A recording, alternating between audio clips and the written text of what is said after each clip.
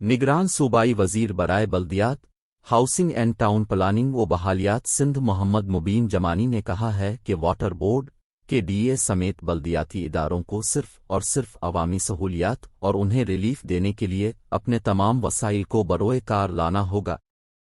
मौजूदा निगरान हुकूमत सियासी नहीं बल्कि अवामी हुकूमत है और अफसरान किसी दबाव के बगैर खुलकर अवाम की खिदमत के लिए काम करे। शहर में पानी की फराहमी को मुनसिफाना बनाने के साथ साथ गैर कानूनी हाइड्रेंट के खिलाफ सख्त करीक डाउन किया जाए और कानूनी हाइड्रेंट पर भी मुकम्मल चेक एंड बैलेंस रखा जाए। केडीए अपने वसाइल को बढ़ाने के साथ साथ शहर की खूबसूरती को बहाल करने के लिए अपना फ़ाल किरदार अदा करे। इन ख्यालात का इजहार उन्होंने अपने दफ्तर में Karachi water and sewerage board और कराची डेवलपमेंट अथॉरिटी के 2 अलहदा इजलासों की सदारत करते हुए किया। Karachi water and sewerage board के इजलास की सदारत करते हुए निगरान सूबाई वजीर मोहम्मद मुबीन जमानी ने कहा कि हमें वाटर बोर्ड में ऐसे इक़दामात करने होंगे जिससे इदारा भी बेहतर अंदाज में चले और उसके मुस्बत असरात आम आवाम तक पहुंच सकें। उन्होंने कहा कि हम आने वाली हुकूमत के लिए एक ऐसा रोड मैप बनाकर जाएं कि वो इस पर चलकर आवाम को ज़्यादा से ज़्यादा रिलीफ फराहम कर सकें और यही निगरान हुकूमत का विजन है।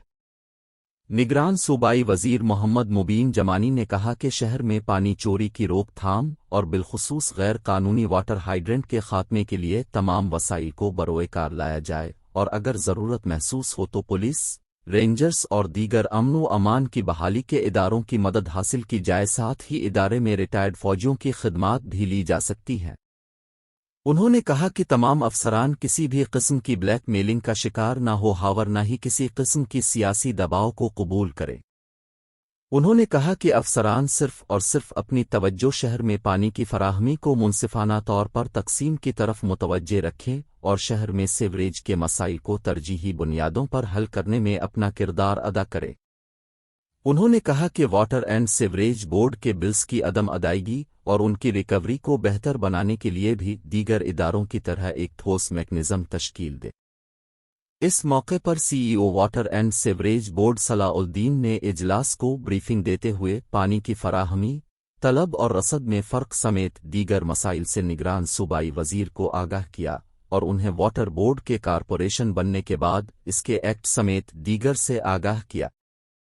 उन्होंने मैन होल्स पर ढकनों के हवाले से हालिया सोशल मीडिया पर गर्दिश होने वाली खबरों के निगरान सूबाई वजीर के सवाल के जवाब में कहा कि शहर में 2.5 लाख से ज़ायद मैन होल्स हैं और हमें सालाना 20 से 25 हज़ार मैन होल्स के ढकनों की ज़रूरत रहती है।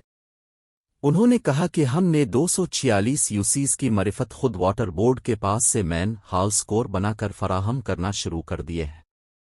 उन्होंने कहा कि सोशल मीडिया पर 950 रुपए के कोर की बात करने वाले बताएं कि जिस कोर में 3 किलो सरया जो 300 रुपए किलो का शामिल करके वो किस तरह 950 का कोर फराहम करने की बात कर रहे हैं। जहां गैर कानूनी हाइड्रेंट के खिलाफ कार्रवाई का सिलसिला मजीद तेज कर दिया है, वहां कानूनी हाइड्रेंट पर भी मीटर्स की तनसीब शुरू कर दी है जिससे माहाना रेवेन्यू में 10 करोड़ रुपए का इजाफा होगा। उन्होंने कहा कि हमने गैर कानूनी वाटर कनेक्शन के खिलाफ भी कार्रवाइयों का आगाज किया है और रोज़ाना की बुनियादों पर उनके खिलाफ एक्शन हो रहा है। निगरान सूबाई वजीर मोहम्मद मुबीन जमानी ने सिंध भर में तमाम किस्म की इमारतों, घरों और कमर्शल प्लाजों के नक्शों की मंजूरी पर पाबंदी लगा दी। नोटिफिकेशन जारी पाबंदी का इतलाक सिंध बिल्डिंग कंट्रोल अथॉरिटी और तमाम डेवलपमेंट अथॉरिटीज़ पर लागू होगा। तमाम किस्म के बिल्डिंग प्लान, लेक प्लान पर भी पाबंदी आयद Karachi development authority, Malir development authority, Lyari development authority को हिदायत जारी।